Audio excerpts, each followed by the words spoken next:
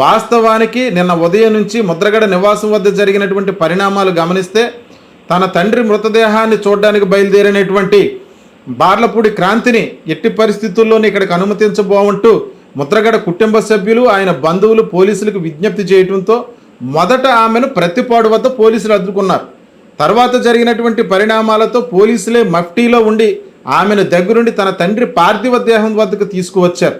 అక్కడే ఉన్నటువంటి ముద్రగడ సతీమణి, ఆయన కుమారుడు, బంధువులందరూ కూడా ఆమె యొక్క రాకను తీవ్రంగా ప్రతిఘటించడంతో వెంటనే ఆమె అక్కడి నుంచి బయలుదేరి వెళ్ళిపోవడం జరిగింది. ఈ సంఘటనను కూడా రాజకీయంగా వైసీపీ నేతలు అడ్డుకున్నారంటూ దుష్ప్రచారం మొదలుపెట్టారు తెలుగుదేశం పార్టీకి సంబంధించినటువంటి అనుకూల మీడియా. అంతేకాదు ప్రభుత్వ లాంఛనాలతో ఆయన యొక్క అంతిమ సంస్కారాలు జరిపించాలని నిర్ణయించినటువంటి ప్రభుత్వం యొక్క నిర్ణయాన్ని కూడా ముద్రగడ కుటుంబ సభ్యులు పూర్తిగా వ్యతిరేకించారు. అంటే గతంలో 2016లో ముద్రగడ పద్మనాభం కాపు రిజర్వేషన్కి సంబంధించినటువంటి ఉద్యమం చేస్తున్న సమయంలో ముద్రగడ యొక్క కుటుంబాన్నిపై లాఠీ చార్జీ చేసి ఆ కుటుంబ సభ్యులందరినీ కూడా ఇంచుమించుగా నెల రోజులుగా సెంట్రల్ జైల్లో పెట్టినటువంటి చంద్రబాబు నాయుడు ప్రభుత్వం మళ్ళీ ఇప్పుడు ప్రధికార లాంఛనాలతో ప్రభుత్వ లాంఛనాలతో ఆయన యొక్క అంతిమ సంస్కారాలు పూర్తి చేస్తామని చెప్పి రావటం అనేటువంటి అంశాన్ని ముద్రగడ పద్మనాభం కుటుంబ సభ్యులు పూర్తిగా వ్యతిరేకించిన వాళ్ళు వినిపించుకోకుండా అక్కడికి వచ్చినటువంటి పోలీస్ డిపార్ట్మెంట్కి సంబంధించినటువంటి వారు ఆయన అంత్యక్రియలు జరిగేటువంటి సమయంలో గార్డ్ ఆఫ్ హానర్ నిర్వహించడం మొదలుపెట్టారు. ఈ పరిణామాన్ని అడ్డుకోవడానికి ప్రయత్నించినటువంటి ముద్రగడ అనుచరులు, అక్కడే ఉన్నటువంటి వైసీపీ నేత అంబటి రాంబాబు పోలీసులను అడ్డుకుంటే ఇదిగో విధులకు ఆటంకం కలిగించారంటూ అంబటి రాంబాబుపై అలాగే అక్కడ ఉన్నటువంటి కొంతమంది నాయకులపై కిల్లంపూడి పోలీస్ స్టేషన్లో కేసు పెట్టడం జరిగింది. ఈ పరిణామాలన్నీ చూస్తుంటే గతంలో ఏదైతే 2016లో ముద్రగడ పద్మనాభం యొక్క కుటుంబాన్ని ఏ రకంగా బాధించి జైలు పాలు చేశారో ఆ మచ్చను తొలగించుకోవడానికి మాత్రమే ప్రభుత్వ లాంఛనాలతో ఆయన అంతిమ సంస్కారాలు నిర్వహించాలన్నటువంటి ప్రయత్నం చేశారు కూటమి పార్టీ నేతలు. దీన్ని ఎట్టి పరిస్థితుల్లోనూ కూడా కుటుంబ సభ్యులు కానీ ఆయన బంధువులు కానీ అంగీకరించకపోవడంతో కక్షపూరితంగా దాన్ని అడ్డుకున్నటువంటి అంబటి రాంబాబు మిగిలిన వారిపై కేసులు పెట్టారని చెప్పి ఆరోపిస్తున్నారు. వాస్తవానికి 2024 ఎలక్షన్స్కు ముందు ముద్రగడ పద్మనాభం ఆయన కుమారుడు వైఎస్ జగన్మోహన్ రెడ్డి సమక్షంలో వైఎస్ఆర్ కాంగ్రెస్ పార్టీలో జాయిన్ అయ్యారు. బేషరతుగా ఏ పదవి ఆశించకుండా జాయిన్ అయినటువంటి ముద్రగడ గత 2 సంవత్సరాలుగా వైఎస్ఆర్ కాంగ్రెస్ పార్టీకి సేవలు అందిస్తూ వస్తున్నారు.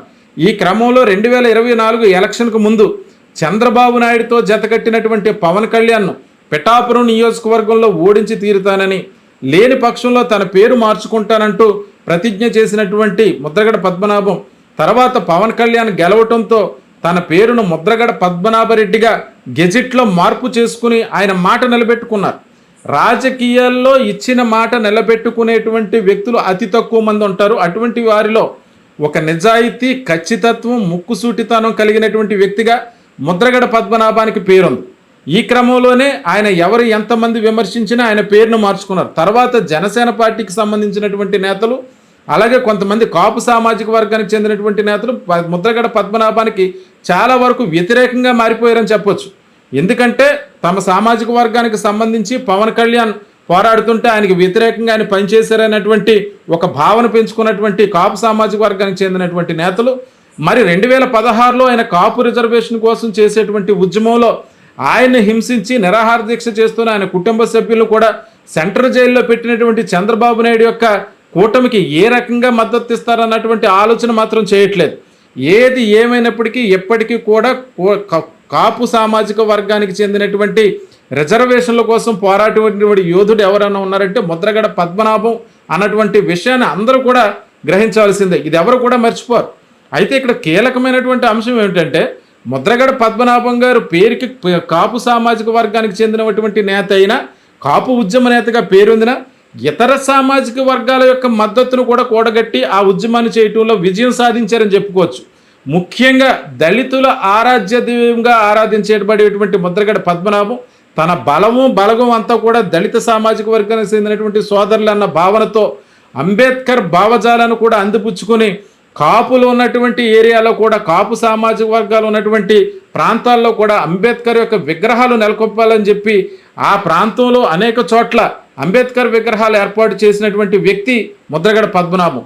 ఈ రకమైనటువంటి సంఘ సంస్కర్తగా ఇతర సామాజిక వర్గాలకు చెందినటువంటి నేతలు కూడా కలుపుకుంటూ ఆ రోజు చాలా విస్తృతంగా కాపు రిజర్వేషన్కి సంబంధించినటువంటి పోరాటాన్ని చేశారు.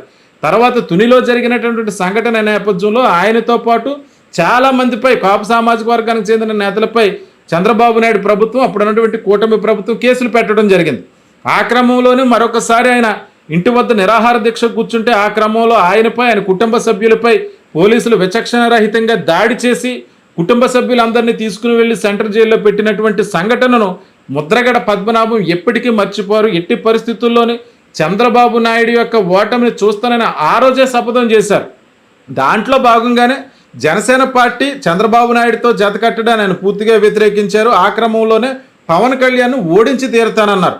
కానీ ఆ టైంలోనే ముద్రగడ పద్మనాభం కుమార్తె అయినటువంటి బార్లపూడి క్రాంతి కూటమి పార్టీ నేతలతో జతకట్టి తండ్రికి వ్యతిరేకంగా ప్రచారం చేయటం, ఏదైనా ఒక ప్రభుత్వానికి తండ్రి ఒక ఘాటైన లేఖ రాస్తే దానికి కౌంటర్గా కూటమి పార్టీకి సంబంధించినటువంటి నేతగా బార్లపూడి క్రాంతే వచ్చి ఆయనపై విమర్శలు ఎక్కుపెట్టడం, ఈ పరిణామాలన్నీ కూడా ఆయనకి తీవ్ర మనస్తాపానికి గురిచేసి తన కుమార్తెనే కూటమి పార్టీ నేతలు తన ప్రత్యర్థిగా చేసి తనపై ప్రయోగించడాన్ని ముద్రగడ పద్మనాభం జీర్ణించుకోలేకపోయారని చెప్పుకోవచ్చు.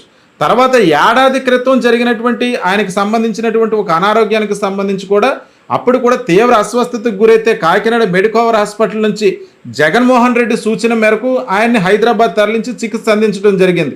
తర్వాత పూర్తిగా కోలుకున్నటువంటి ఆయన తిరిగి పార్టీ కార్యక్రమాల్లో యాక్టివ్గా ఉండి వైఎస్ఆర్ కాంగ్రెస్ పార్టీకి సంబంధించినటువంటి ప్రతి కార్యక్రమాన్ని కూడా దగ్గరుండి నిర్వహించారు. తన కుమారుడిని వెనకుండి ప్రోత్సహించారు. ప్రతిపాడు నియోజకవర్గానికి ఇన్ఛార్జిగా ఉన్నటువంటి ముద్రగడ గిరిబాబు ప్రతి విషయంలో కూడా తన తండ్రి సూచనలు పాటిస్తూ ప్రజలతో మమేకమైపోయారని చెప్పుకోవచ్చు. ఈ క్రమంలో మళ్ళీ సడన్గా గత కొన్ని రోజులుగా ఆయన తీవ్ర అస్వస్థతకు గురవటం, ఈ క్రమంలో మళ్ళీ జగన్మోహన్ రెడ్డి సూచన మేరకు హైదరాబాద్ తరలించి ఆయనకి చికిత్స అందించేటువంటి క్రమంలో కూడా ఆయన కుమార్తె బార్లపూడి క్రాంతి రాజకీయంగా విమర్శలు ఎక్కుపెట్టారు. ఈ విషయాన్ని కూడా ముద్రగడ పద్మనాభం యొక్క అనుచరులు, ఆయన యొక్క అభిమానులు అందరూ కూడా ఆమె వైఖరిని తీవ్రంగా వ్యతిరేకించారు, ఆమె వైఖరిని ఖండించారు కూడా. ఈ క్రమంలో అనుకోకుండా ఆయన హఠాత్తుగా మరణించడంతో ఇప్పుడు ఎక్కడ లేని ప్రేమ చూపించి ఇంతవరకు కూడా తండ్రిపై విరోధంగా పనిచేసినటువంటి కుమార్తె ఒక్కసారిగా రావటాన్ని అక్కడ ఉన్నటువంటి కుటుంబ సభ్యులందరూ కూడా వ్యతిరేకించారు. ఇదే అంశానికి సంబంధించి ముద్రగడ పద్మనాభం కొన్ని నెలల క్రితం ఏర్పాటు చేసినటువంటి మీడియా సమావేశంలో తమ కుమార్తెతో కానీ తమ కుటుంబానికి ఎటువంటి సంబంధం లేదని, ఒకవేళ తను చనిపోయిన తన కుమార్తె ఈ గడప దక్కడానికి వీల్లేదంటూ మీడియా సాక్షిగా బహిరంగంగానే ఆయన ఘాటుగా హెచ్చరించారు. ఈ క్రమంలోనే ఆమె రాకను వ్యతిరేకించినటువంటి కుటుంబ సభ్యులను రాజకీయంగా వేధించడం మానుకోవాలంటూ వైఎస్ఆర్ కాంగ్రెస్ పార్టీకి చెందినటువంటి నేతలు కూటమి పార్టీ యొక్క వైఖరిని దుయ్యపడుతున్నారు. వాస్తవానికి రాజకీయాల్లో ఖచ్చితత్వం, నిజాయితీ కూడినటువంటి వ్యక్తి ఎవరన్నా ఉన్నారంటే మెట్ట ప్రాంతానికి చెందినటువంటి రాజకీయ దిగ్గజంగా ఈ రాష్ట్రంలో తనకంటూ ఒక చెరగని ముద్ర వేసుకున్నటువంటి వ్యక్తి, రాజకీయ దురంధరుడు ముద్రగడ. ఎప్పటికీ ఆంధ్రప్రదేశ్ రాష్ట్రాల్లోనే కాదు, తెలుగు రాష్ట్రాల్లోనే కాదు, దేశ చరిత్రలోనే చెరగని ముద్రగడ.